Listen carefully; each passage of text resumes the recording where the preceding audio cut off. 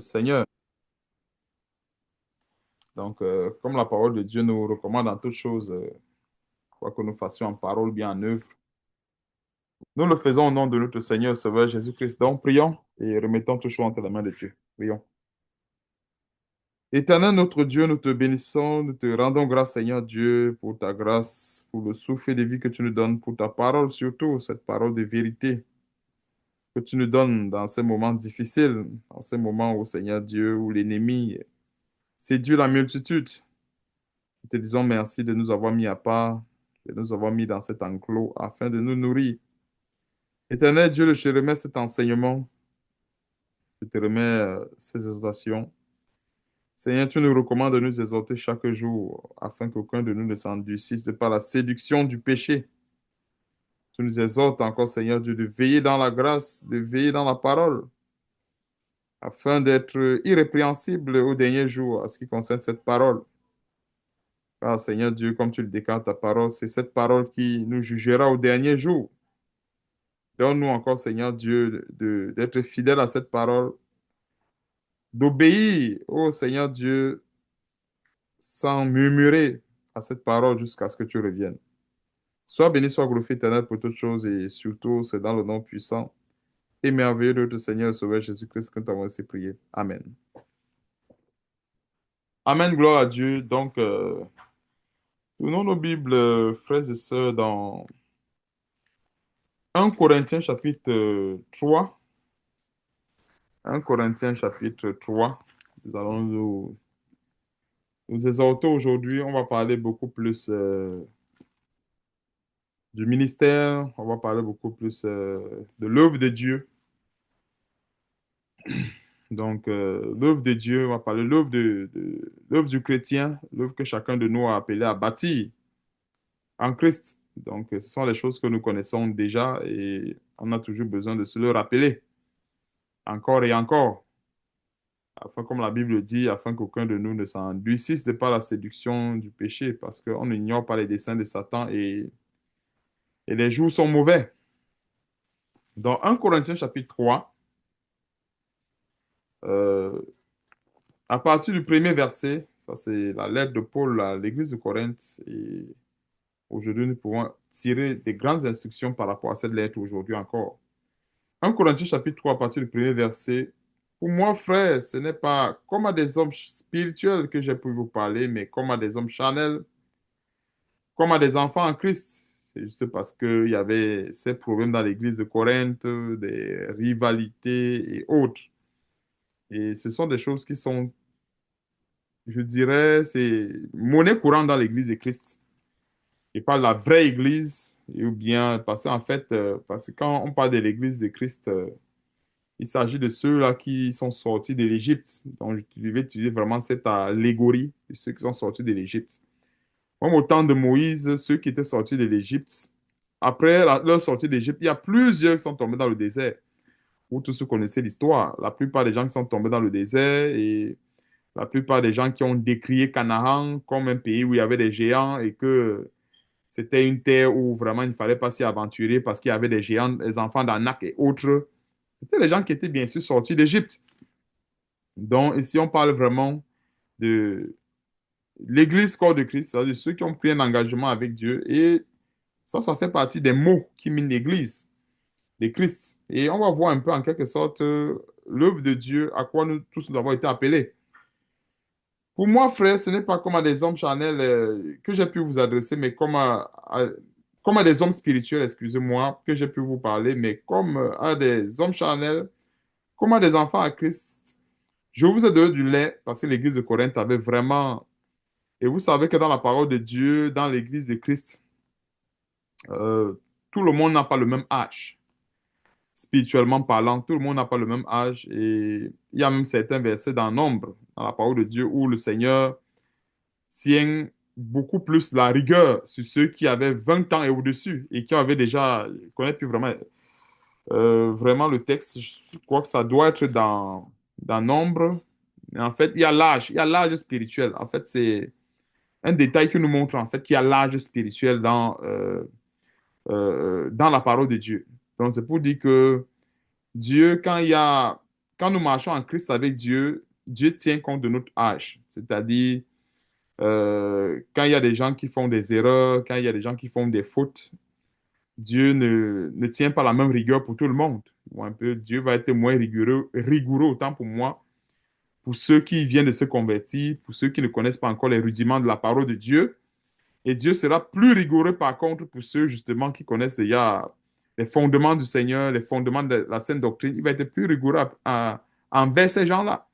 C'est pour ça que justement, dans le domaine du jugement et dans le domaine du châtiment aussi également, ce n'est jamais pareil. Une faute chez une personne va peut-être mériter, je joue seulement une parenthèse pour qu'on comprenne un peu comment est-ce que Dieu peut fonctionner. Une faute peut-être chez tel chrétien va peut-être mériter, selon le plan de Dieu bien sûr, une peine maximale, tandis qu'une faute chez l'autre chrétien méritera par exemple une peine minimale. Donc tout dépend de l'âge. C'est sûr que si un enfant casse un verre, bon, on sait que c'est un enfant. En dehors peut-être d'appeler l'enfant et lui dire, fais attention prochainement, le verre, on ne le casse pas, et ainsi de suite. Ça va s'arrêter là. Mais un adulte qui casse un verre, ça, c'est perçu comme autre chose. Ça peut être perçu comme un acte de rébellion, ça peut être perçu comme un acte de défiance, mais on parle toujours du verre qui est cassé. Je ne sais pas si on se comprend un peu. Ça dit, un enfant qui casse un verre et un adulte qui casse un verre, ça va pas, on ne va pas traduire cela de la même façon. L'adulte, ça va être traduit par exemple comme un acte de rébellion, d'insoumission, en fait, en fait, ça va pas être traduit comme un enfant. L'enfant, il se fâche, il casse le verre, on va dire, c'est sûr qu'on va parler à l'enfant, parce que ce n'est pas bien. De cette façon, on se comprend un peu. Ce n'est pas bien. On va peut-être punir l'enfant, mais on ne punira pas l'enfant comme si c'était un adulte. Parce que l'adulte est censé se contrôler, l'adulte est censé mesurer ses actes, mesurer ses agissements et autres. Donc, c'est pareil c'est également dans le corps de Christ. Dans cette petite parenthèse que j'ouvrais et que je referme encore comme ça là, par rapport justement au jugement, par rapport, c'est un petit détail dans l'Église du Seigneur, dans l'œuvre de Dieu. Donc, ce n'est jamais pareil d'un cas à l'autre. Donc, ça dépend toujours de l'âge. Et même selon Dieu, Dieu tenait aussi également compte de l'âge. Donc, verset 2, je vous ai donné du lait non comme de la nourriture solide, car vous ne pouviez pas la supporter, et vous ne le pouvez pas même à présent parce que vous êtes encore charnel. Et vous savez que l'allégorie du lait, comme on donne à l'enfant, c'est parce que l'enfant n'a pas encore les dents pour pouvoir consommer la nourriture solide. Parce que les dents, déjà, c'est un signe de maturité. Et voit un peu les dents que nous avons dans la bouche, c'est un signe de maturité. Vous savez que quand l'enfant naît, il n'y a aucun enfant qui naît avec les dents. Vous voyez un peu, donc, un enfant naturel, un enfant normal. Donc, je ne parle pas des bébés vampires parce que nous vivons dans un monde tellement compliqué. Donc, on voit tout genre de choses aujourd'hui. C'est sûr que dans une autre sphère de sorcellerie, on va voir un enfant qui est né avec tous les dents dans la bouche, avec les cheveux blancs. Vraiment, je ne parle pas de ça. Donc, dans des conditions, moi, j'aime très souvent parler, comme on disait à l'école, en chimie, dans des conditions normales de température et de pression. C'est-à-dire, dans une sphère normale où tout est normal, on ne verra jamais et jamais un enfant avec des dents. Justement, pourquoi? Parce que les dents, c'est un signe de maturité. Mais les dents qui poussent dans la bouche, ce n'est pas pour rien. Oui, l'autre rôle des dents, ça nous aide aussi également dans la parole, parce que vous savez, pour qu'on puisse articuler vraiment les mots, les dents ont aussi également un rôle. Mais l'autre rôle des dents aussi également, c'est pour mastiquer de la nourriture, et notamment celle qui est solide. Donc voilà aussi également le rôle des dents. Et c'est un très grand signe de maturité que nous avons dans nos bouches. Alors, ceux qui sont spirituels ont ces dents-là pour mastiquer la nourriture, c'est-à-dire manger la parole de Dieu et par conséquent manger la parole de Dieu et la digérer. Parce que celui qui n'est pas mature n'a pas cette capacité de manger la parole de Dieu parce que la parole de Dieu, c'est aussi également de la nourriture. Donc, ceux qui ont les dents mangent la parole de Dieu et manger la parole de Dieu, c'est cette capacité à discerner le bien du mal, c'est cette capacité à extraire le jus. je crois que j'en ai parlé la dernière fois, par la grâce de Dieu, dans l'enseignement précédent, extrait le jus de l'orange. Parce que quand nous voyons une orange, on ne mange pas l'orange comme cela avec la peau et tout. Donc, on prend l'orange, on découpe l'orange et on extrait le jus de l'orange. C'est ça qui est bien pour nous. Donc, ceux qui ne sont pas matures, justement, n'ont pas tous ces détails-là, toutes ces caractéristiques que l'apôtre Paul est en train de révéler ici. Donc, verset 3, en effet, puisqu'il y a parmi vous, ce n'est pas tout le monde, mais dans le corps de Christ, il y aura toujours et toujours, ça ne manquera jamais. Et vous savez que de la même façon, hein, quand je me rappelle toujours à l'école, quand on rentrait toujours dans, vous allez m'excuser, mais j'ai compris beaucoup de choses avec ces petits détails. Il y a tout ce qu'on appelle les identités remarquables, c'est-à-dire les choses qui reviennent toujours. Quand quelque chose revient plusieurs fois, ça veut dire qu'on peut tirer une conclusion. Et dit ça pourquoi? Parce qu'on disait très souvent en physique, les mêmes causes produisent les mêmes effets. Je ne sais pas si vous comprenez un peu. C'est pour dire en fait que si je prends du permanganate et du potassium et que j'associe les deux, ça va me donner du permanganate de potassium. Ça ne va pas me donner le chlorure de sodium et ça ne me donnera pas le sulfure d'hydrogène. Je ne sais pas, vous comprenez un peu. J'ai du permanganate et j'ai du potassium. Ça va me donner du permanganate de potassium. Donc, en d'autres termes, je prends ces images pour qu'on comprenne qu'en fait, il y a les détails dans la parole de Dieu qui nous révèlent en fait que, en réalité, ces problèmes qu'il y avait toujours dans l'Église, qu'il y a toujours dans l'Église, c'est toujours des problèmes qui, qui doivent toujours avoir aujourd'hui et qui est tout à fait normal. Et c'est pour cela que, en général, quand nous méditons sur ces détails, ces questions, non seulement de se positionner par rapport à la grâce, mais de comprendre aussi également le rôle de chacun, comme le dit l'apôtre Paul ici. Dans l'Église naissante, il y avait de la jalousie, des disputes et autres. C'est tout à fait normal. Parce qu'aujourd'hui, ça fait partie des œuvres de la chair. Galates chapitre 5, justement, en parle. Donc, en effet, puisqu'il y a parmi vous de la jalousie, quand on dit parmi vous, ce n'est pas forcément parmi nous ici, mais nous faisons partie de l'ensemble que je vais appeler corps de Christ. Et le corps de Christ, ce n'est pas seulement nous. Et si on suit l'allégorie de 1 Corinthiens, je crois, c'est quelle allégorie excusez-moi, je vais chercher ça rapidement. Je crois que c'est 1 Corinthiens chapitre euh, 14. Attendez un instant que je cherche cette allégorie rapidement. 1 Corinthiens chapitre où on parle du corps de Christ 12. C'est 1 Corinthiens chapitre 12. Voilà, cette allégorie est 1 Corinthiens chapitre 12. De 1 Corinthiens chapitre 12 à partir normalement du verset 12. À partir du verset 1, il y a un seul, 1 Corinthiens 12 à partir du verset 11. Un seul et même esprit opère toutes ces choses, les distribue à chacun en particulier comme il veut. Car, verset 12, comme le corps est un et a plusieurs membres, et comme tous les membres, malgré leur nombre, ne forment qu'un seul corps, ainsi en est-il de Christ. Donc, nous faisons partie du corps de Christ. Donc, le corps de Christ, ce n'est pas seulement nous. Le corps de Christ, c'est l'ensemble de tous les croyants à travers le monde entier. C'est la façon de se comprend un peu. Donc, le corps que nous formons a plusieurs membres. Et cet enseignement est à intégrer dans l'ensemble du corps de Christ. Donc, c'est un enseignement que nous devons intégrer dans l'ensemble du corps de Christ. Donc, verset 4. Quand l'un dit, moi je suis de Paul, et un autre, non, excusez-moi, verset 3, j'ai sauté. En effet, puisqu'il y a parmi vous de la jalousie, donc je parle justement dans cet ensemble qui est le corps de Christ, selon 1 Corinthiens chapitre 12 que venait de lire tantôt. En effet, puisqu'il y a parmi vous de la jalousie et des disputes, n'êtes-vous pas charnel et ne marchez-vous pas selon l'homme? Quand l'un dit, moi je suis de Paul, et un autre, moi d'Apollos, n'êtes-vous pas des hommes? Qu'est-ce donc Paul? Non, qu'est-ce donc Apollos? Et qu'est-ce que Paul? Des serviteurs par le moyen desquels vous avez cru selon que le Seigneur l'a donné à chacun. J'ai planté, Apollos a arrosé, mais Dieu a fait croître.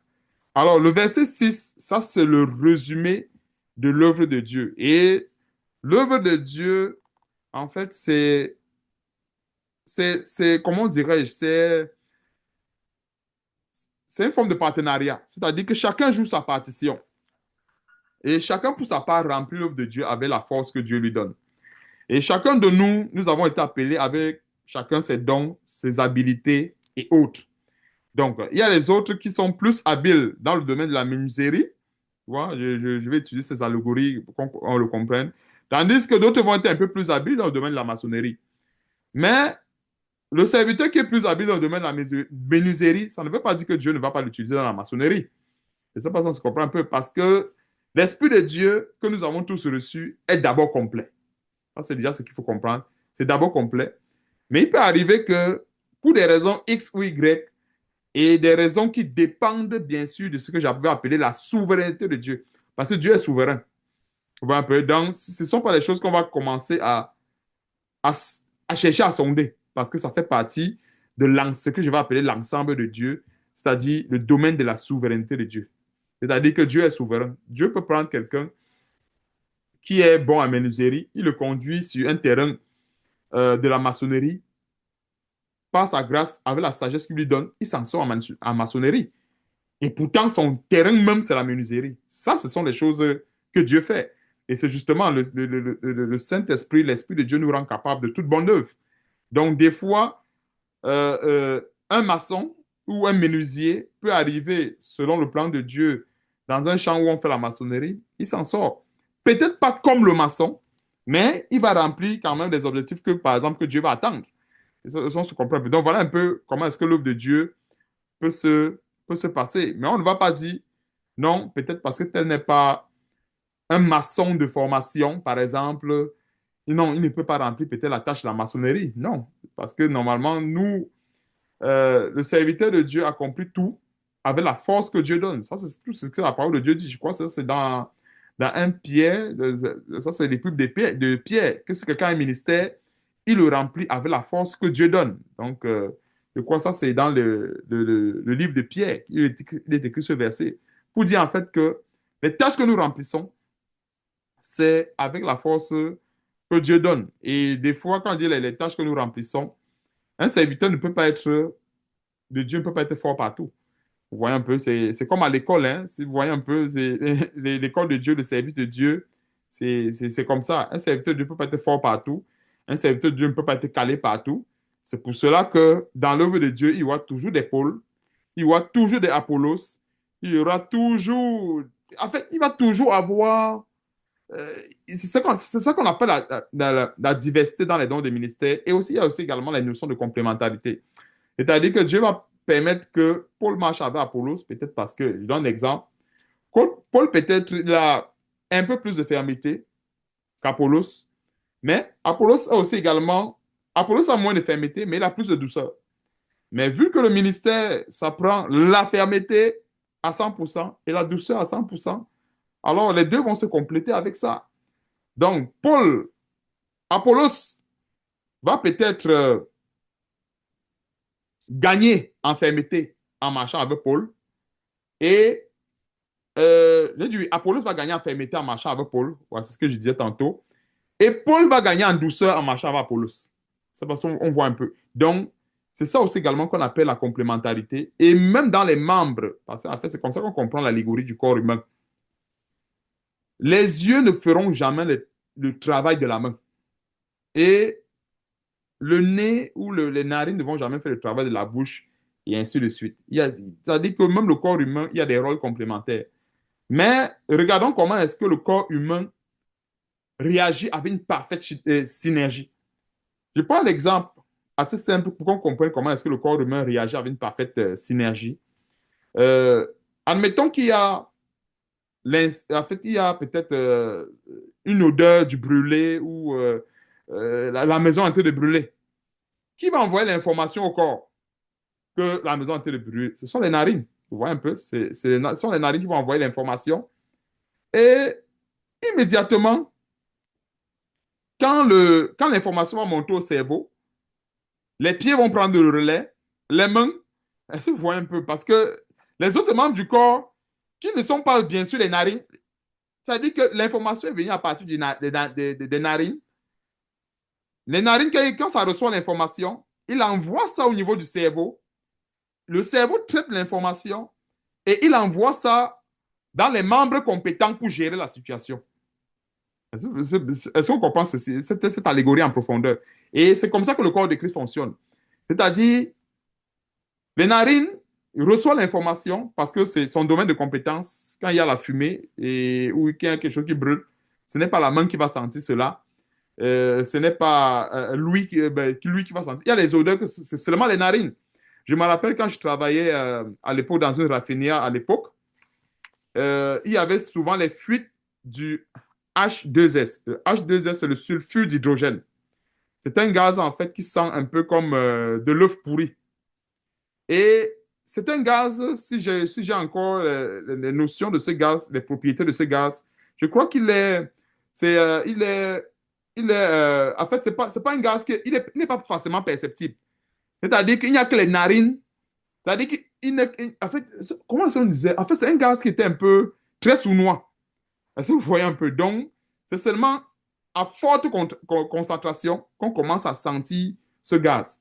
Et quand on le sentait, on nous avait donné les informations que quand on sent cela, on doit courir rapidement pour aller à la zone de rassemblement.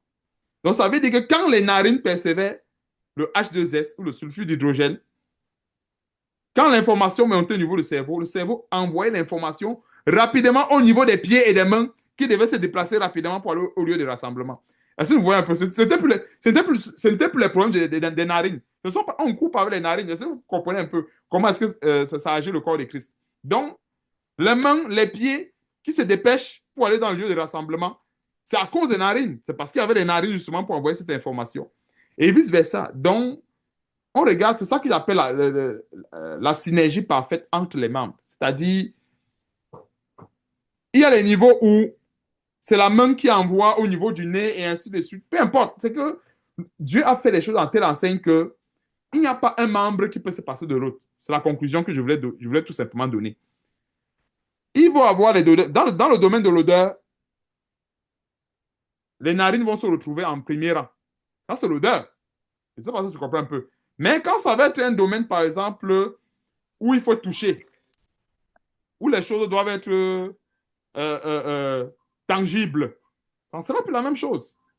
Ça va être les mains, ça va être les pieds. En fait, tous les organes tangibles vont entrer en jeu. Mais les choses qui sont intangibles, qu'on ne peut pas toucher, qu'on ne peut pas voir, alors les narines vont nous aider. Donc voilà un exemple de ce que j'appelle la parfaite synergie qu'il y a entre les membres du corps. Et c'est comme ça qu'on comprend en fait les dons de ministère dans le corps de Christ. Pourquoi? Parce que, comme le Seigneur le dit au verset 6, j'ai planté, Apollos a arrosé, mais Dieu a fait croître. Donc, que ce soit Apollos, que ce soit Paul, ils n'avaient pas les mêmes habiletés dans le corps de Christ, mais Dieu avait besoin d'un Paul, Dieu avait besoin d'un Apollos pour pouvoir avoir un résultat qui devait arroser. Parce que remarquons que Dieu n'arrose pas l'œuvre de Paul seulement. Dieu n'arrose pas seulement l'œuvre d'Apollos, mais il arrose l'œuvre de Paul et Apollos.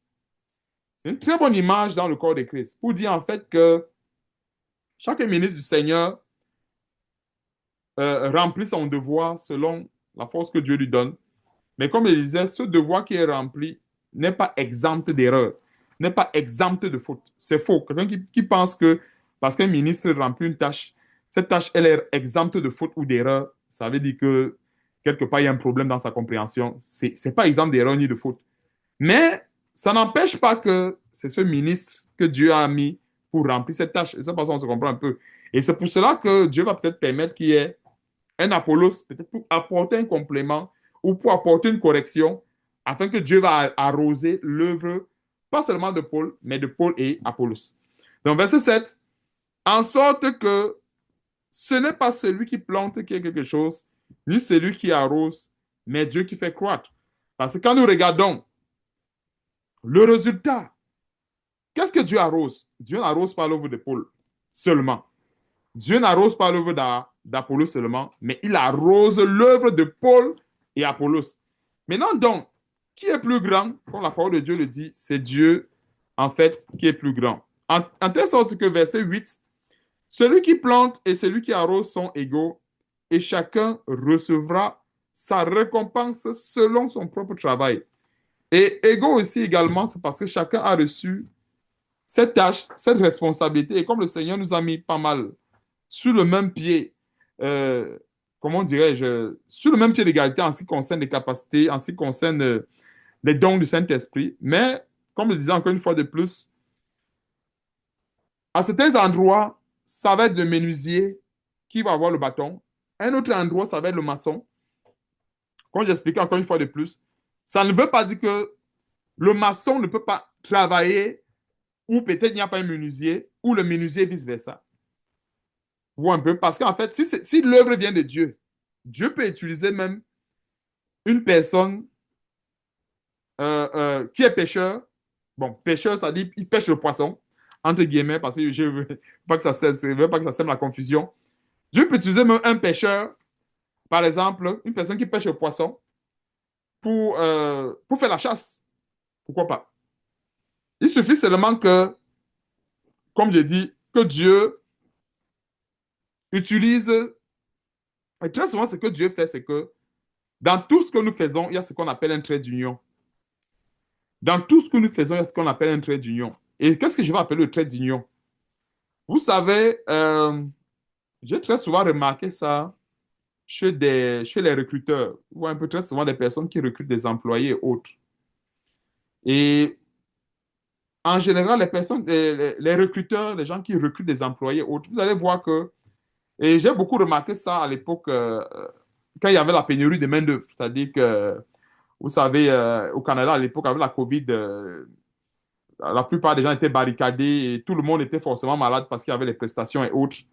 Donc, les employés n'avaient pas le choix de recruter un peu prendre n'importe quelle main-d'œuvre, peu importe. Ils voulaient avoir seulement une personne qui est tout simplement là, qui peut accomplir une tâche. Et j'avais constaté quelque chose, c'est que la plupart des employeurs euh, cherchaient des travailleurs qui étaient dévoués. C'est-à-dire qu'une personne pouvait être du genre, il ne maîtrise pas le travail à 100%. C'est-à-dire, je vais enlever un peu ce que j'appelle le travail professionnel. Parce qu'en fait, il y a travail et travail. Et dis ça pourquoi? Parce il y a des travaux qui nécessitent une formation vraiment poussée, approfondie. Non, ça, c'est sûr que un travail qui nécessite une certaine expertise poussée, on n'a pas le choix. Je ne sais pas si vous comprenez un peu. Mais il y a des travaux, par exemple, de débrouillard. Vous comprenez un peu. Par exemple, entretenir certaines machines qui ne sont pas assez complexes, faire le nettoyage de certains équipements et autres. Ce sont des travaux manuels qui nécessitent à peu près certaines qualités comme la débrouillardise. Il faut être manuel, il faut être attentif, il faut être minutieux. Ça, va, vous comprenez un peu. En fait, toujours est-il que ça nécessite quand même d'avoir ce que j'appelle une certaine formation de base pour pouvoir commencer le travail. Mais pour ce genre de travail, comme je dis, j'ai enlevé beaucoup le travail professionnel parce que en fait, je suis dans le monde professionnel. C'est que il y a des travaux que même si c'est comment, on ne peut pas. Ou un peu un travail qu'il faut peut-être. Je prends un exemple pour qu'on le comprenne. Il y a un poste peut-être d'ingénieur en chimie, je ne sais pas quoi, ingénieur en maintenance des bobines et tout ça. On ne peut pas n'importe qui pour faire cette tâche-là. Vous comprenez un peu? Ça nécessite un énorme bagage pour accomplir cette tâche. Maintenant, je parle un peu des tâches polyvalentes, c'est-à-dire l'outil dont on a besoin, sont les mains. Les mains et la volonté. C'est de ça qu'il est question. Alors, même comme pour accomplir cette tâche, ça nécessite les mains et la volonté. Il faut quand même être dévoué. Vous voyez un peu, je dis ça pourquoi? Parce que moi à l'époque, c'était les qualités que moi-même, en fait, quand j'étais dans le processus de recrutement, c'était des qualités, en fait, que moi, je savais déceler chez les personnes. C'est-à-dire, je pouvais déceler que telle personne est dévouée, déceler que telle personne, vraiment, il fait tout simplement le travail parce qu'il cherche de l'argent, quoi. C'est-à-dire, il n'est pas vraiment dévoué. Alors, quand quelqu'un est dévoué dans ce qu'il fait, la personne peut ne même pas connaître le travail, mais comme il est dévoué, en fait, l'employeur va vouloir garder cette personne parce que cette personne veut apprendre le travail. Et c'est parce que je comprends un peu. C'est comme ça un peu avec le Seigneur, avec Dieu. Dieu ne choisit pas forcément des personnes compétentes pour utiliser, mais il choisit des personnes qui sont dévouées. Des personnes qui vont seulement dire, oui, je suis là pour obéir, oui, je suis là pour mettre en pratique, oui, je t'écoute. Parce que celui qui est là pour écouter, on peut l'apprendre beaucoup de choses. Tandis que, ça, c'est des choses que moi-même, ouais, un peu, même dans le domaine professionnel, ça, ce sont des choses que moi-même, j'ai pu discerner. Une personne, même s'il a un petit bagage et qu'il ne veut pas écouter, il n'ira jamais plus loin. Pourquoi? Parce que, moins de choses, il va penser qu'il connaît, il va toujours vouloir faire sa tête et ça ne marche pas. Vous savez, moi, j'ai travaillé dans beaucoup d'entreprises et tout. Et dans une entreprise où euh, l'éthique, c'est le travail d'équipe, il faut beaucoup écouter. Parce que quand c'est le travail d'équipe, ça veut dire quoi? Le résultat du produit qu'on a à la fin, c'est le résultat de l'équipe. Alors, s'il y a une personne qui est comme le grain de sable dans l'engrenage, c'est sûr que ça va faire tout le temps ce qu'on appelle ici des chicanes, des querelles et tout. Il va avoir la baisse de la production, ça va grogner tout le temps. Les patrons ne veulent pas ça. On voit un peu, les patrons ne veulent pas ça. Pourquoi? Parce que la conséquence directe, et pourquoi est-ce que les patrons ne veulent pas ça? Moi, j'ai compris beaucoup de choses. Vous savez, il y a des choses qu'au début, quand je venais d'arriver, je n'avais pas compris. Mais ça fait beaucoup de temps que j'ai compris. Et c'est aussi également avec certaines tâches que je faisais ou en causant aussi également avec les gens que j'ai compris certains détails. C'est parce qu'en fait, une équipe qui est soudée, l'équipe qui est soudée, qui travaille ensemble, il n'y a pas de querelle, il n'y a pas de ceci. Ça se voit sur le résultat du travail, sur la prestation. Alors, qui parle de bonne prestation va parler de quoi? Ça veut dire que le client va être content et l'argent va entrer dans l'entreprise. C'est parce que vous voyez un peu. Donc, et nous sommes dans une société qui est capitaliste, qui a quelque chose qui menace le capital, il ne blague pas avec. Et à l'époque, je ne comprenais pas pourquoi est-ce que, vous savez, à l'époque, quand je venais d'arriver ici, je n'avais pas compris pourquoi est-ce qu'on demandait toujours, est-ce que tu sais, tu peux travailler en équipe? Est-ce que tu travailles d'équipe te dérange? Je ne comprenais pas pourquoi, le pourquoi de cette question. Mais ça avait le temps, en ayant accompli certaines tâches, certaines fonctions, en ayant observé aussi également beaucoup. J'ai aussi également appris à observer l'environnement de l'entreprise. Quand j'observe, je vois que, en fait, les grandes entreprises, ils ont déjà leur système de fonctionnement. Alors, dans le système de fonctionnement, pour qu'il n'y ait pas, comment dirais-je, pour qu'il n'y ait pas, en fait, une certaine rupture dans leur fonctionnement, il faut qu'on garde toujours, chez nous, on dit, ici, là où je travaille, on dit, il faut toujours qu'on garde la même recette. Voilà, excusez-moi. Il faut toujours qu'on garde la même recette. C'est-à-dire, imaginons un boulanger qui a toujours mélangé sa levure et sa farine et ça a toujours eu du bon pain. Et le client a toujours été content. Même si on vient voir ce boulanger, on lui dit que essaye un peu ceci, tu vas voir que le pain, il sera un peu, il va avoir un peu plus de retenue. C'est parce que vous comprenez un peu. Parce que la recette qu'il a toujours eue, ça a toujours satisfait le client. Donc, il aura tout tendance à garder sa recette.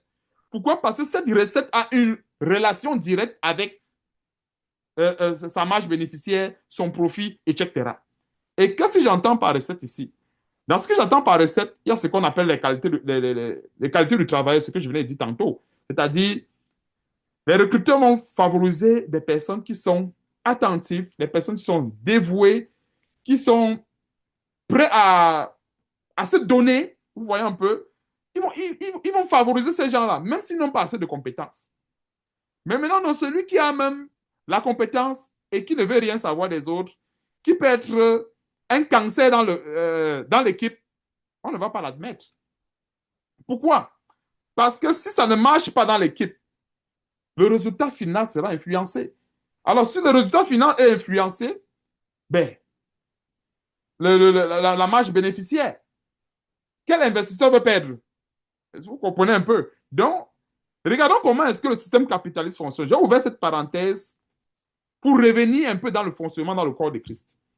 C'est-à-dire quand la Bible parle de l'humilité, de l'obéissance, ce n'est pas pour rien. J'ai pris l'allégorie de l'entreprise, pas pour dire que le corps de Christ fonctionne comme une entreprise. J'ai utilisé cette allégorie pour dire que il y a des valeurs que les entreprises ne blaguent pas avec. Pourquoi? Parce que ce sont des valeurs, en fait, en fait, leur capital, leur marge bénéficiaire, leurs ressources financières dépendent de ces valeurs-là.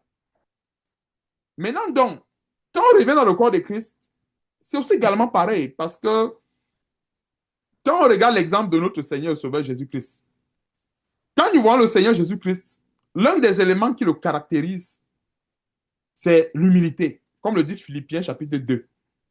La Bible dit qu'il s'est humilié. Or, je me suis rendu compte que dans ces sociétés, euh, quand quelqu'un est humble, même devant le païen, il trouve grâce. Et je vous dis vrai. Et je vais vous donner encore un exemple pour que vous compreniez. Imaginons quelqu'un qu'on attrape en flagrant délit, quelqu'un a commis une infraction, ça peut être la police, ça peut être la vitesse, ça peut être n'importe quoi, commis n'importe quelle infraction. La police l'attrape, par exemple, je prends peut-être un cas qui est courant. La personne, déjà, elle répond mal au policier, elle commence à hausser la voix. Oh non, je suis pressé, oh machin, et tout ça, tout ça, tout ça.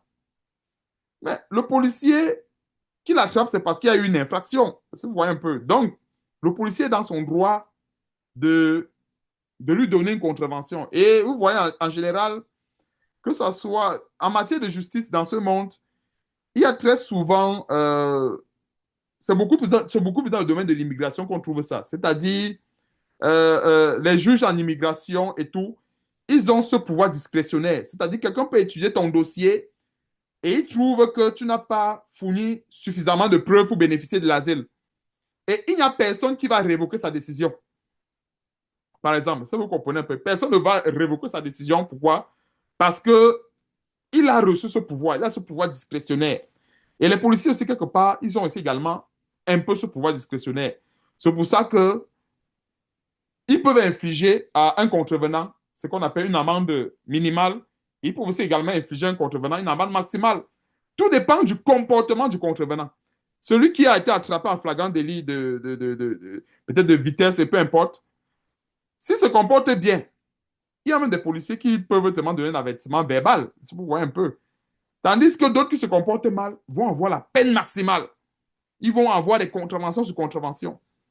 Et des fois, ce qui se passe, c'est que l'image de ces choses, c'est comme ça que Dieu sanctionne. Et c'est comme ça que Dieu fonctionne. Or, celui qui est humble, et ça ne veut pas dire qu'en étant humble, on échappe au châtiment, non. Mais en étant humble, nous avons la grâce que même si nous avons un châtiment, nous avons un châtiment qu'on peut facilement porter à cause de l'humilité que nous avons.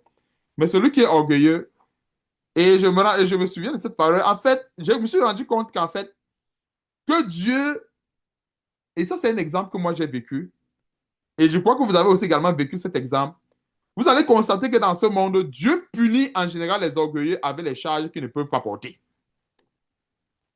Quand quelqu'un est orgueilleux, Dieu va le punir avec une charge qu'il ne peut pas porter. Remarquez bien ceci.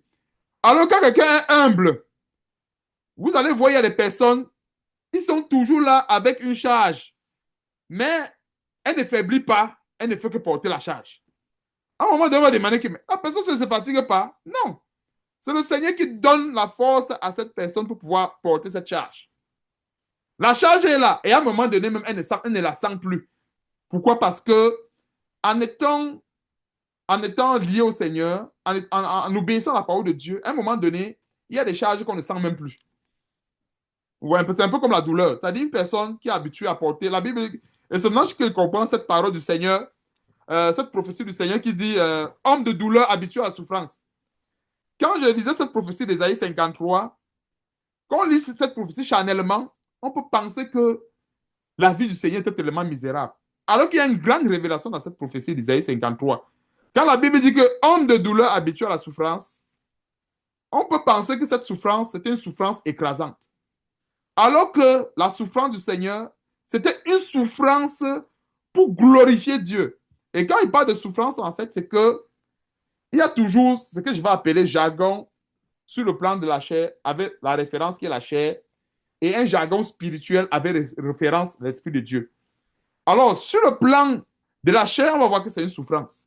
C'est tout à fait normal parce qu'il n'y a pas d'autre mot pour le qualifier cela dans ce genre de jargon. Mais dans le jargon spirituel, c'est plutôt une gloire de porter cela. Et ça, parce qu'on se comprend un peu. Et à passer à l'époque, alors un peu dans Ésaïe 53, on va comprendre mieux ce détail dans l'œuvre de Dieu.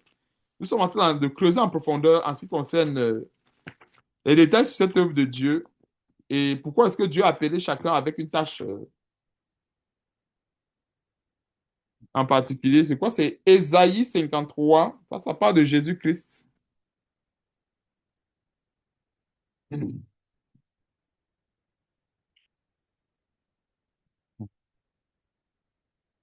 Ésaïe 53,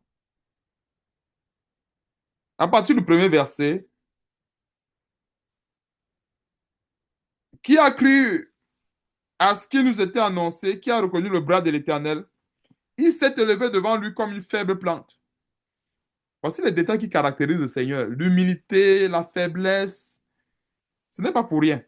Comme un rejeton qui sort d'une terre desséchée, il n'avait ni beauté ni éclat pour attirer nos regards. Et son aspect n'avait rien pour nous plaire. Méprisé et abandonné des hommes, homme de douleur et habitué à la souffrance. C'est là où je voulais m'atteler. Homme de douleur et habitué à la souffrance. Quand nous lisons ce verset charnellement parlant, c'est tellement dur à comprendre. Vous voyez un peu, c'est dur à comprendre sur le plan de la chair. Mais sur le plan spirituel, c'est une bénédiction. Parce que ici, il s'agit d'une souffrance qui glorifie Dieu. C'est-à-dire, ce n'est pas, c'est-à-dire comme je prenais encore une fois de plus un orgueilleux et quelqu'un qui est humble. Vous allez voir que la différence entre celui qui est humble et celui qui est orgueilleux, c'est que celui qui est humble, Dieu ne va jamais lui donner une charge qui le dépasse. Ça, c'est celui qui est humble. Donc, bien sûr, il est habitué à la souffrance. Mais est-ce que cette souffrance-là le dépasse? Et déjà, pour comprendre en profondeur cette souffrance, il faut appliquer à cela un référentiel. Parce qu'en réalité, nous qui sommes à l'extérieur, nous voyons cela comme souffrance. Alors que lui qui est à l'intérieur, spirituellement parlant, il a la paix. Est-ce que nous voyons un peu? Parce qu'il y a des souffrances qui nous donnent la paix et il y a même des bonheurs qui donnent le chagrin. Il y a des paradoxes comme ça. Vous voyez un peu, il y a des paradoxes. Il y a des gens qui ont de...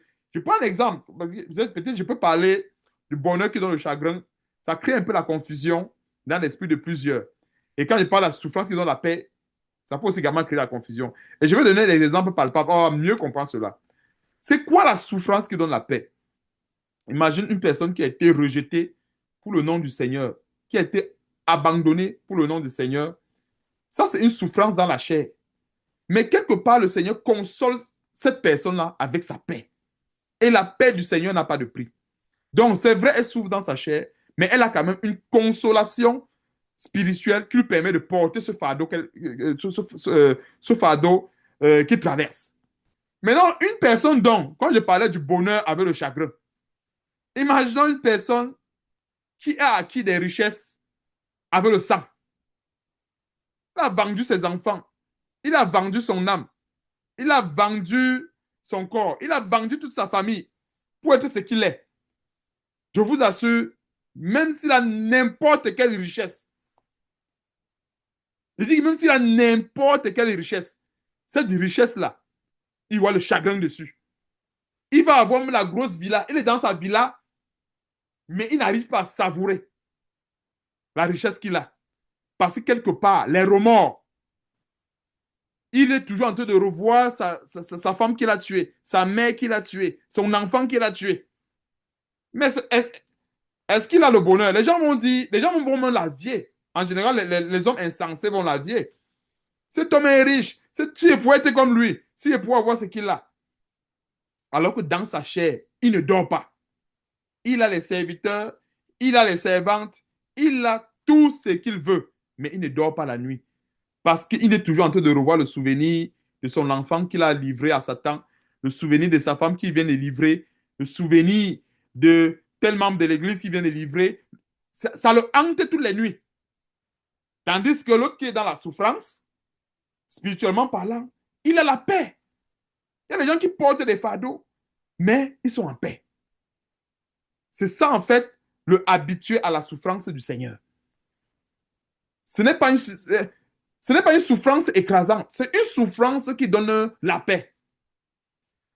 Parce que beaucoup de gens qui n'ont pas la connaissance de la vérité pensent que le bonheur matériel, le bonheur financier donne la paix. C'est faux. C'est faux. Le vrai bonheur, c'est d'abord d'être avec Dieu, d'être en communion avec Dieu. C'est d'abord ça le vrai bonheur. Maintenant, non, dans ce vrai bonheur, Dieu peut nous donner des bonus. Ce n'est pas, ce n'est pas mauvais, ce n'est pas faux. Dieu peut nous donner des bonus. Dieu peut ajouter des bonus, peut-être des maisons, des voitures en dessus. au-dessus de ce bonheur. Mais nous avons déjà l'essentiel, la communion avec Dieu. Et c'est ça que nous devons nous efforcer pour ne pas perdre, la communion avec Dieu. Donc, dans le verset 3, quand nous voyons homme de douleur et habitué à la souffrance, c'est ce que j'appelle la bonne souffrance. Parce qu'il y a la mauvaise souffrance. Quelqu'un qui souffre parce qu'il a tué, parce qu'il a volé, ce n'est pas la bonne souffrance. Quelqu'un qui souffre comme un malfaiteur, ce n'est pas la bonne souffrance. Quelqu'un qui souffre parce qu'il a vendu son âme à Satan, ce n'est pas la bonne souffrance. Quelqu'un qui souffre parce que il a décidé de vivre dans la justice de Dieu, il a décidé d'être intègre avec Dieu, ça c'est la bonne souffrance. Parce que quelque part, Dieu console cette personne-là de sa paix. Donc voilà une grande révélation par rapport à la souffrance du Seigneur que nous voyons dans Ésaïe 53, verset 3. Homme de douleur et habitué à la souffrance. Et regardons un peu le détail habitué. C'est-à-dire, la souffrance pour le Seigneur, c'était son lot quotidien. C'était son lot quotidien. Ça montre à quel point, comme la parole de Dieu dit, la lumière et les ténèbres ne cohabitent pas. Et partout où il y a les ténèbres, ce n'est pas évident. Nous avons toujours des frictions avec les ténèbres. On ne peut pas s'allier avec les ténèbres. C'est pour ça qu'il y a une forme de souffrance. Et comme je disais encore une fois de plus, cette souffrance-là, elle est essentiellement sur le plan charnel. Parce que l'esprit est consolé. L'esprit est en paix. Et ça, parce que tu comprends un peu. Et c'est le plus important. Quand l'esprit est en paix, alors le chrétien est en paix. Dieu considère qu'il est en paix. C'est pour ça que la Bible dit, ça sert à quoi à un homme de gagner le monde s'il perd son âme? C'est parce que celui qui perd son âme, même s'il a toutes les richesses de la terre, il n'a pas la vraie paix. La vraie paix, c'est d'avoir la communion d'abord avec Dieu. Donc, homme de douleur et habitué à la souffrance, semblable à celui dont on détourne le visage, nous l'avons dédaigné, nous n'avons fait de lui aucun cas. Et verset 4, je vais terminer ici. Cependant, ce sont nos souffrances qu'il a portées, ce sont nos douleurs qu'il s'est chargé. Nous l'avons considéré comme puni, frappé de Dieu et humilié. Alors, vous voyez encore même la considération. Ça, c'est la considération charnelle. Parce que celui qui a porté nos douleurs, celui qui a été habitué aux souffrances, on ne peut pas le considérer comme frappé de Dieu. Mais ceux qui n'ont pas compris la profondeur de ces révélations que je suis partagées avec vous, ont certainement compris, comme le dit la prophétie. Parce que quand la Bible dit, nous l'avons considéré, il ne s'agit pas de nous ici présents, mais il s'agit en fait de l'homme charnel en général. C'est ça en fait le nous. Ce n'est pas nous chrétiens, mais c'est le nous en fait, parce que, vous savez, quand une parole est donnée comme cela, c'est l'opinion de la majorité, c'est la voix de la majorité, c'est la voix lâche. Parce que quand on voit quelqu'un qui souffre pour le nom du Seigneur, beaucoup de gens vont penser qu'il est malheureux, qu'il est frappé par Dieu. Alors qu'en fait, c'est plutôt l'inverse. Parce que les gens ont... Est-ce que vous savez que dans ce monde, quand on voit quelqu'un qui a les maisons, les voitures, on dit directement qu'il est béni par Dieu. Et c'est pour cela que Satan séduit la multitude avec cela. Quand on voit quelqu'un qui souffre, qui peine, qui rencontre des problèmes, des difficultés, on dit directement que non, Dieu l'a abandonné. Ce n'est pas d'aujourd'hui, hein? C'est ce que nous voyons dans cette prophétie. La prophétie, le verset 4, c'est quoi? Cependant, ce sont nos souffrances qu'il a portées, c'est de nos douleurs qu'il s'est chargé, et nous l'avons considéré. J'ai bien dit, le nous là, ce n'est pas nous ici. Nous là, ce n'est pas mis pour les véritables chrétiens. Le nous là est mis pour l'opinion majoritaire. C'est-à-dire, en réalité, ce sont ceux qui n'ont pas eu la véritable connaissance de la parole de Dieu qui l'ont considéré ici. Parce que le vrai chrétien ne va pas considérer que le Seigneur a été frappé par Dieu. Nous, on ne peut pas considérer que le Seigneur Jésus a été frappé par Dieu. Non. La Bible dit carrément, je crois que le Seigneur Jésus l'a dit, que moi, je donne ma vie pour mes brebis. Comment le Seigneur lui-même dit qu'il donne sa vie pour ses brebis et le chrétien considère encore qu'il a été frappé par Dieu? Ça n'a pas de sens. C'est pas ça que tu comprends un peu. Donc, c'est un engagement. Il a dit que je donne ma vie pour mes brebis. Il n'y a pas quelqu'un qui me force à le faire. Mais quand il dit qu'il donne sa vie pour ses brebis, mais la conséquence, c'est que sur le plan charnel, ça se traduit à une équation de plusieurs souffrances. C'est ça parce qu'on voit un peu. Donc, En fait, ce n'est pas le résultat. Le résultat, en fait, ce n'est pas l'équation d'une seule souffrance. Dans cette équation, nous voyons plusieurs. Ça s'enchaîne. Parce que pour accomplir la volonté de Dieu, ça va nécessiter remplir tous ces détails de l'équation. Et quand les gens voient ça, ils vont dire, c'est tellement, comme la prophétie le dit, nous l'avons considéré comme puni, frappé par Dieu, humilié, ainsi de suite. Mais aujourd'hui, nous comprenons qu'en fait, ces souffrances-là, c'était pour la gloire de Dieu. Donc, j'ai ouvert cette parenthèse, cette très, très grande parenthèse. D'ailleurs, c'était pour expliquer un peu le détail caractéristique, ce qui caractérise en réalité un véritable serviteur. C'était en fait pour expliquer ce détail que je fais. C'est pour ça que j'ai ouvert cette grande parenthèse. Et quand nous voyons Jésus-Christ, notre Seigneur, nous voyons tous ces détails-là. Et c'est pour ça que ceux qui marchent selon la croix de Christ, nous voyons aussi également les mêmes choses. Le Seigneur Jésus-Christ a dit ceci. Ils ont fait cela au bois vert. Quand cela tire du bois sec, c'est nous qui sommes le bois sec. Nous sommes le bois sec par rapport à Christ. Et comme j'avais expliqué une fois la dernière fois, le vert, dans le jargon des plantes, c'est le symbole de la vie. Le vert, c'est la présence de la chlorophylle. C'est le vert là qui donne la couleur verte aux plantes, c'est la chlorophylle. Et le vert aussi également, dans le jargon des plantes, c'est le symbole de la vie. Or, la Bible dit dans Jean chapitre 14, verset 6, que Jésus-Christ est le chemin, la vérité et la vie. Donc, quand il dit que s'ils ont fait ceci au bois vert, donc un bois qui a la vie, selon Jean chapitre 14, verset 6, quand cela tire du bois sec, comme il dit en fait, nous par rapport à Jésus-Christ, nous sommes le bois sec. Vous voyez un peu, nous sommes toujours le bois, de par notre nature, mais par rapport à lui, nous sommes le bois sec. Parce que c'est grâce à Jésus-Christ qui est la vie que nous sommes aussi également des bois verts. Verset, on va continuer par la grâce de Dieu. Verset 8. Celui qui plante et celui qui arrose sont égaux et chacun recevra sa récompense selon son propre travail. Verset 9. Car nous sommes ouvriers avec Dieu, vous êtes le champ de Dieu, l'édifice de Dieu. Donc, on a vu un peu ce détail du champ de Dieu avec l'allégorie du corps humain. Et vous voyez, dans le champ de Dieu, chacun a un rôle. Il y a ceux qui coupent les mauvaises herbes, il va y avoir ceux qui remuent la terre, il va y avoir ceux qui, en fait, c'est un travail qui est très bien organisé. Il n'y a pas un travail qui est très bien organisé comme la récolte, les semences, l'agriculture. Quand on veut mettre, quand on veut s'aimer, on ne va pas dans un champ où il y a plein de ronces, il y a plein de mauvaises herbes, on lance la semence parce qu'on dit que ça va pousser. Non.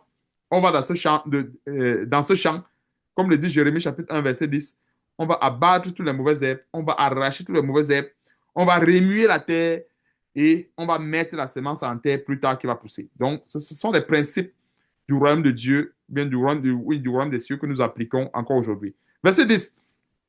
Selon la grâce qui m'a été accordée, j'ai posé le fondement comme un sage architecte et un autre bâti dessus, mais que chacun prenne garde à la manière dont il bâtit dessus.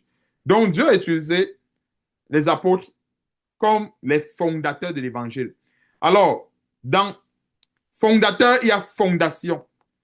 C'est pour dire en fait que on ne peut pas mettre sur cette fondation un matériau qui est incompatible à la nature de la fondation. Je ne sais pas si tu comprends un peu. On ne peut pas. Sinon, ce qui va se passer, le matériau qu'on va utiliser pour construire va corrompre, dénaturer ou bien détruire même la fondation.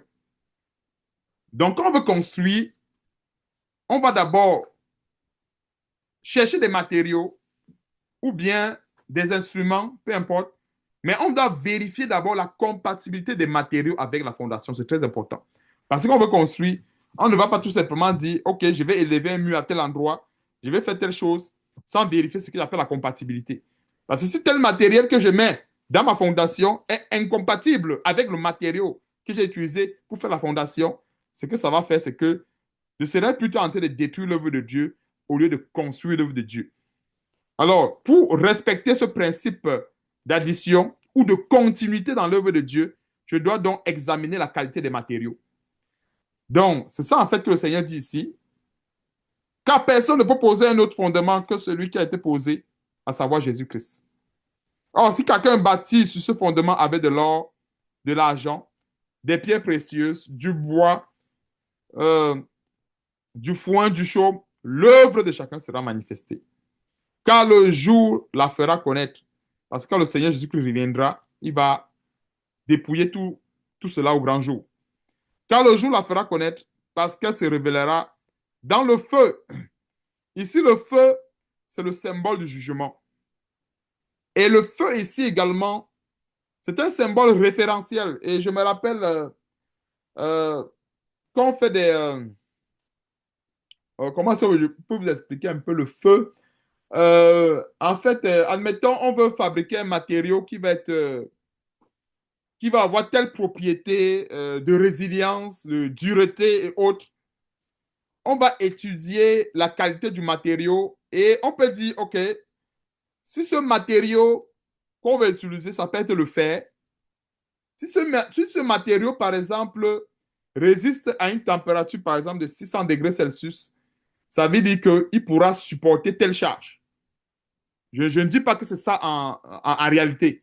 Je donne tout simplement un exemple. C'est-à-dire que les ingénieurs peut-être vont calculer en laboratoire en fonction, il y a beaucoup de détails, hein, le coefficient de dilatation, il y a beaucoup de détails qui rentrent en compte pour déterminer ce qu'on appelle la dureté d'un matériel, son épaisseur et tout. On va dire peut-être que, OK, quand le fer sort d'usine, on fait un test de, oh, j'ai oublié ça, oh, pourtant chez nous on fait ça, un test de résilience du matériel pour voir si le matériel va pouvoir supporter la charge.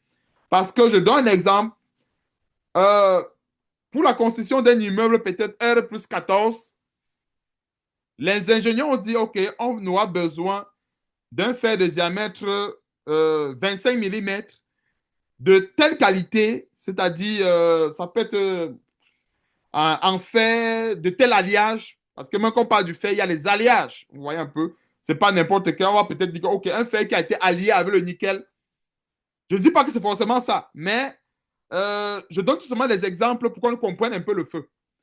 Alors, un fer qui a été allié avec le nickel, on va dire, il va être peut-être plus solide qu'un fer, par exemple, qui a été allié avec l'aluminium ou qu'un fer pur. Pourquoi? Parce que le nickel a des propriétés de résilience un peu plus élevées que les autres matériaux. Je dis un peu n'importe quoi. Et ça, c'est pas vraiment à prendre en considération, mais je donne tout simplement des exemples pour qu'on rentre un peu dans la logique du jugement du feu.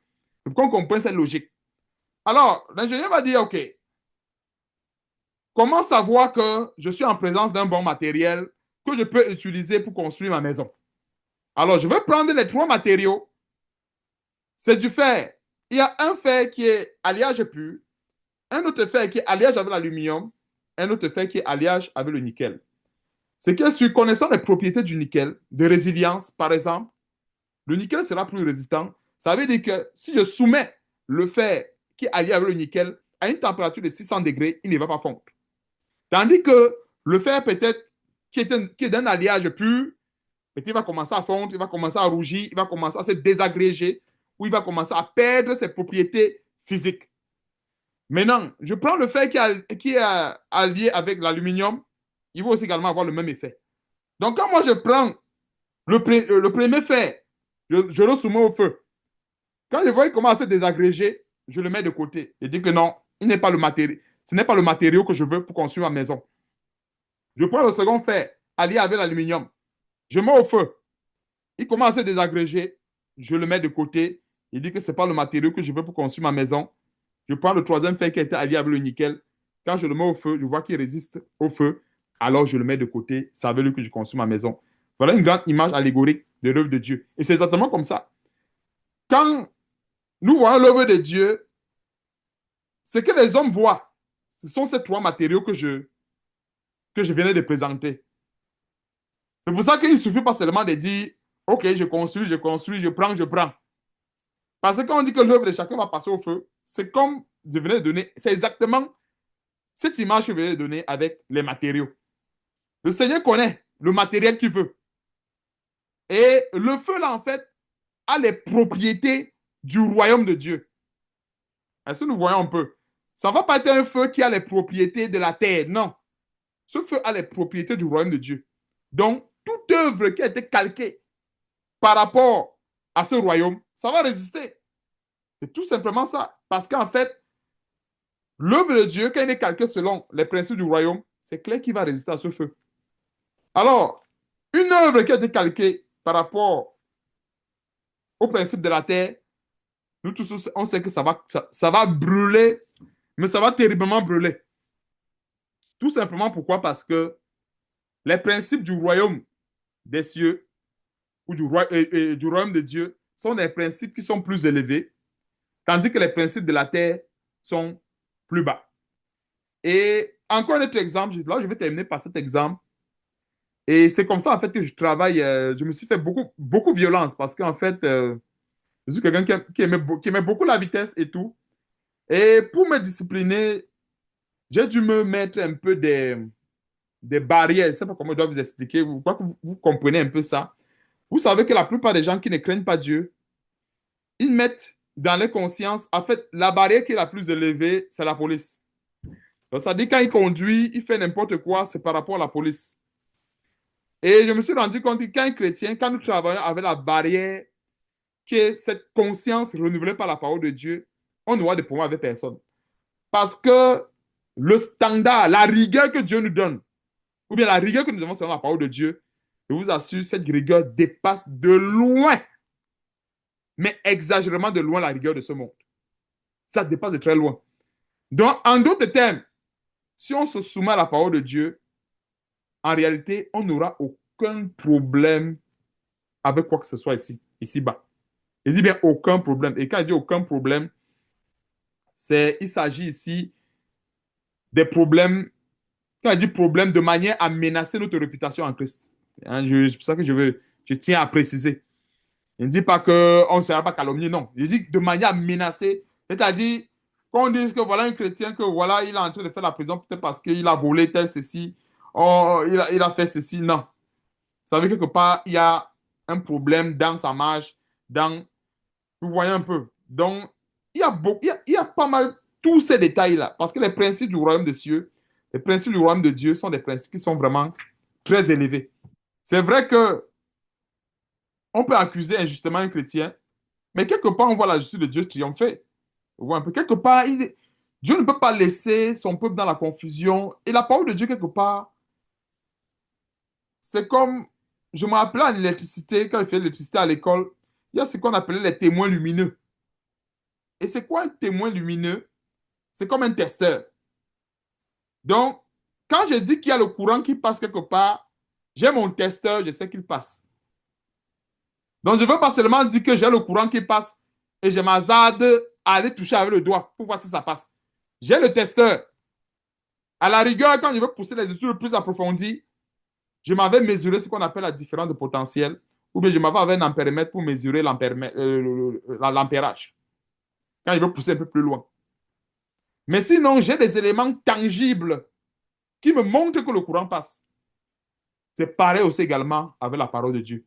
Donc, quelqu'un ne peut pas être là dans une souffrance. On ne sait pas, ça dit, on est dans les nuages. Non. La plupart des serviteurs de Dieu, Paul, les apôtres, on savait pourquoi ils souffraient.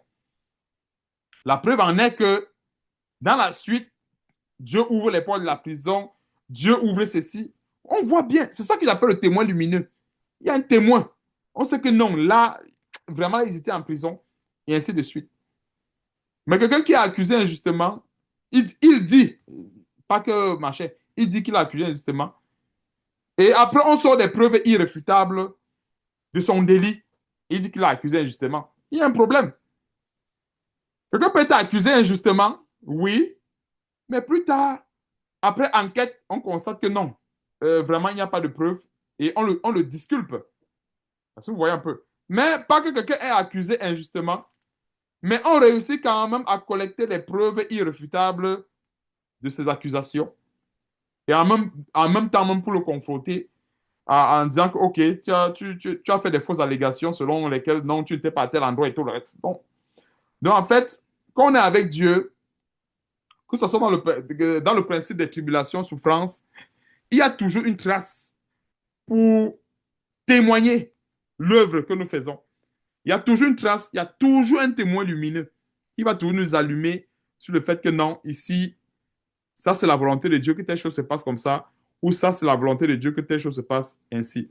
C'est ça en fait qu'on peut comprendre dans l'œuvre de Dieu. Et l'allégorie qui est donnée par rapport au fait, c'est exactement l'image de l'œuvre de Dieu que chacun aura à bâtir. Il y a des gens qui construisent que eux, pour eux, seulement ils veulent remplir des stades.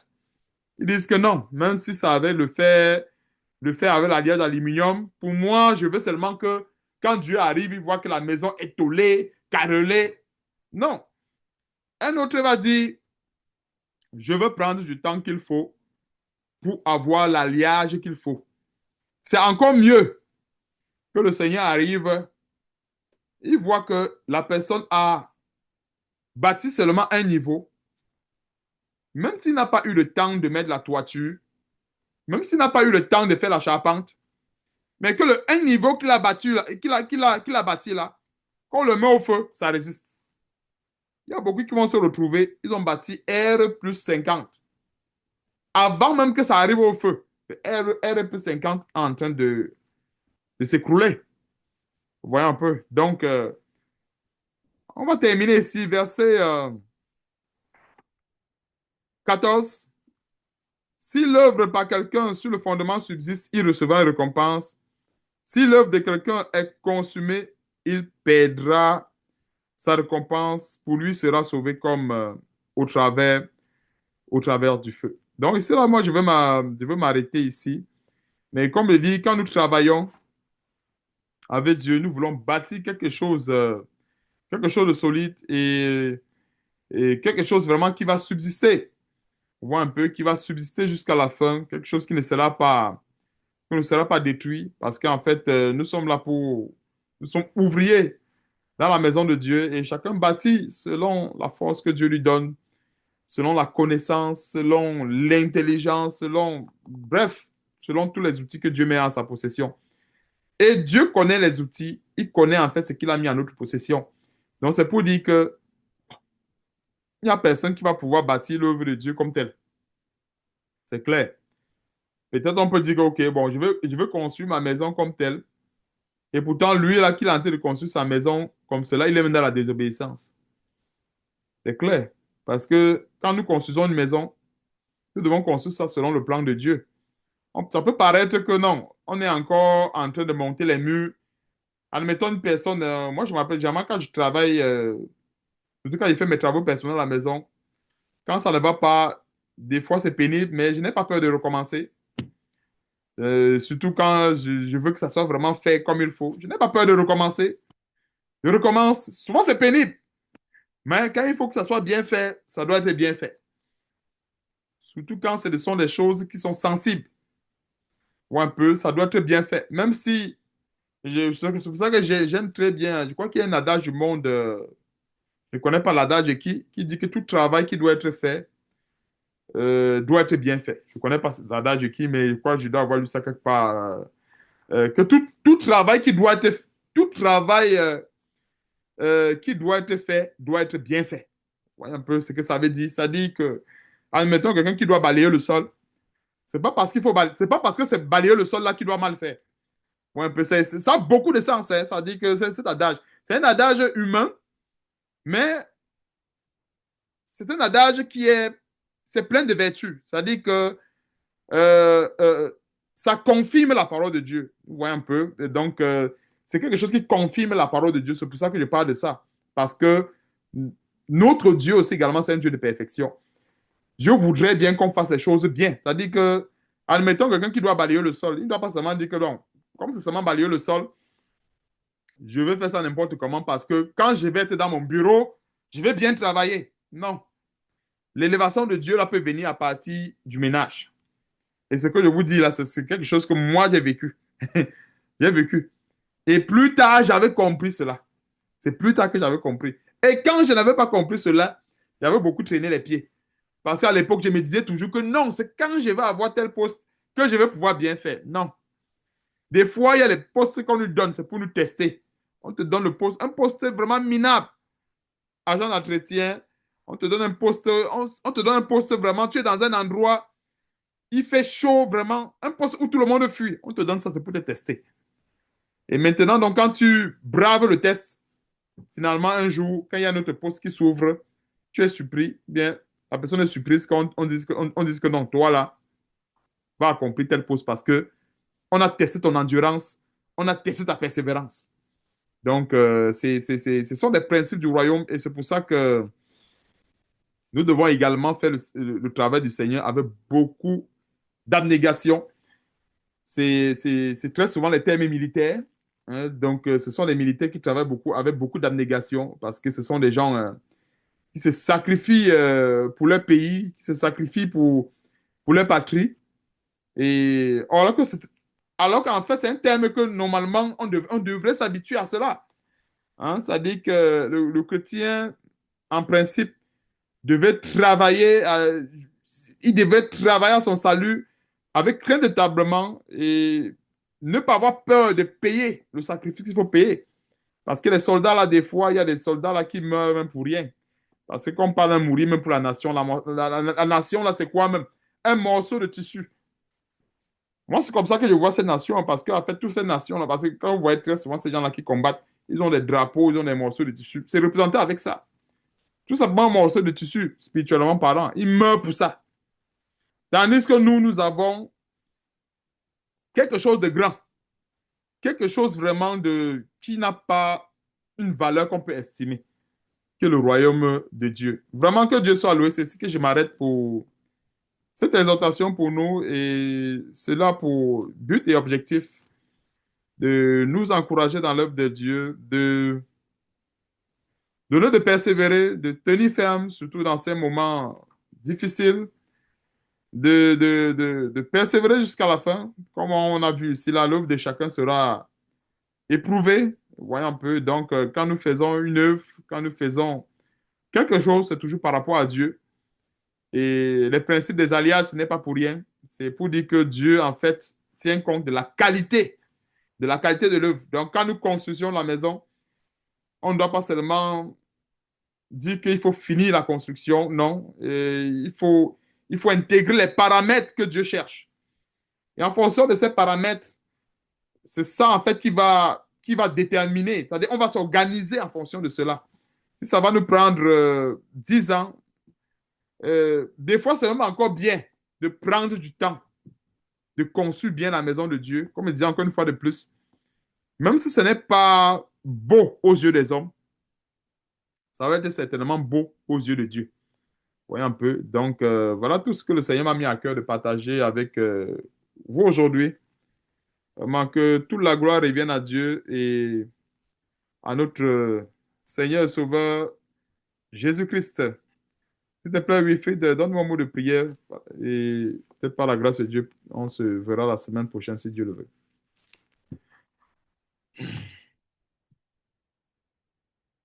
Prions. Père, nous te rendons grâce, nous te bénissons de ce que cette rencontre, tu l'as prévue bien avant la fondation du monde et que nous sommes assemblés ici. Ce n'est pas un hasard et nous te rendons grâce pour cela. Père, nous te prions et nous te sommes reconnaissants de ce que, au travers de cette parole, tu rappelles premièrement à chacun de nous que nous sommes le temple du Saint-Esprit et que ton temple est saint et que nous devons prendre garde à ce que nous faisons de ton temple. Père, tu vois combien des- des- les enseignements que le Seigneur Jésus-Christ nous a donnés sont méprisés, négligés et nous bâtissons comme sur le sable et quand vient la tentation, quand vient l'épreuve, notre vie chrétienne, nous sommes secoués à l'intérieur de nous-mêmes parce que nous ne bâtissons pas avec des bons matériaux, nous ne bâtissons pas avec l'or, l'argent, les pierres précieuses, mais nous prenons des initiatives de nous-mêmes, Père, sans te consulter. et nous sommes surpris de voir que notre vie chrétienne est instable. Père, nous te demandons pardon pour cela. Te demandons pardon de t'avoir offensé en en bâtissant sur ce fondement avec d'autres matériaux. Père, donne-nous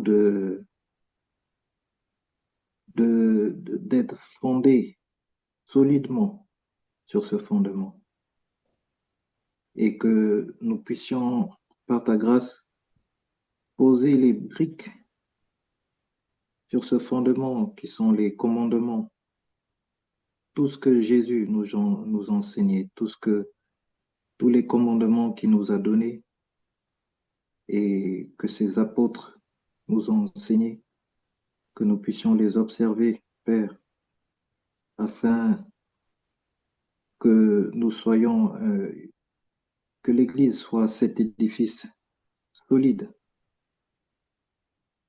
T'en supplions, Père. Père, nous te prions de nous donner aussi que nous ayons l'occasion de nous assembler dans les assemblées de maisons, que ce soit physique, afin que nous ne soyons point des briques individuelles et que nous soyons des briques imbriguées les unes des autres pour que nous puissions expérimenter l'unité de l'esprit et parvenir à l'unité de la foi, la stature parfaite de Christ. Nous te bénissons, Père, encore pour tout ce que tu fais dans nos vies, pour tes compassions, ta miséricorde, et que tu es patient avec nous. Te rendons grâce. Te prions, Père, que ta grâce soit sur chacun de nous, parce que sans ta grâce, nous n'aurons pas la victoire sur le péché. Donne-nous aussi d'être humbles, afin que ta grâce soit sur nous, parce que tu as dit, tu fais grâce aux humbles, mais tu résistes aux orgueilleux. Te bénissons, Père, pour toutes choses, au nom de Jésus-Christ. Amen. Amen, amen, amen. Gloire, gloire à Dieu, gloire à Dieu. OK, on va se dire plaise à Dieu la semaine prochaine si nous sommes encore en vie ou si notre Seigneur Jésus-Christ n'est pas encore revenu. OK, portez-vous bien par la grâce de Dieu. Passez une excellente soirée. Au Portez-vous bien. revoir. Bye bye, au revoir, merci.